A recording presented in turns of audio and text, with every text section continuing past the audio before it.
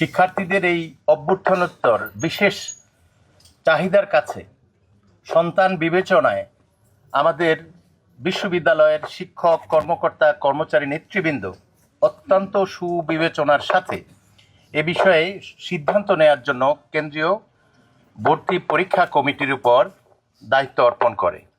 আমাদের কাছে আবেদন করেছে এবং বিভিন্ন পর্যায়ে আমরা যেহেতু এই সুবিধাটি বাতিল করার সাথে বিশ্ববিদ্যালয়ে অংশীজন অনেকের স্বার্থ জড়িত, সেই জন্য আমাদের আলোচনা করতে হয়েছে।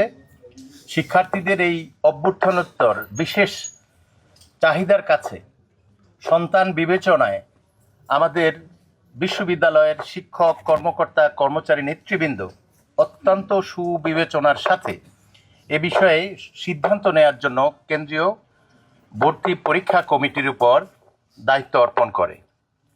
প্রশাসনের পক্ষ থেকে আমরা এই বক্তব্যগুলো সর্বস্তর থেকে কেন্দ্রীয় ভর্তি পরীক্ষা কমিটির জরুরি সভায় নিয়ে যাই এবং সভায় কেন্দ্রীয় ভর্তি পরীক্ষা কমিটির জরুরি সভায় পোষ্য কোটায় ভর্তি বাতিল করা হলো।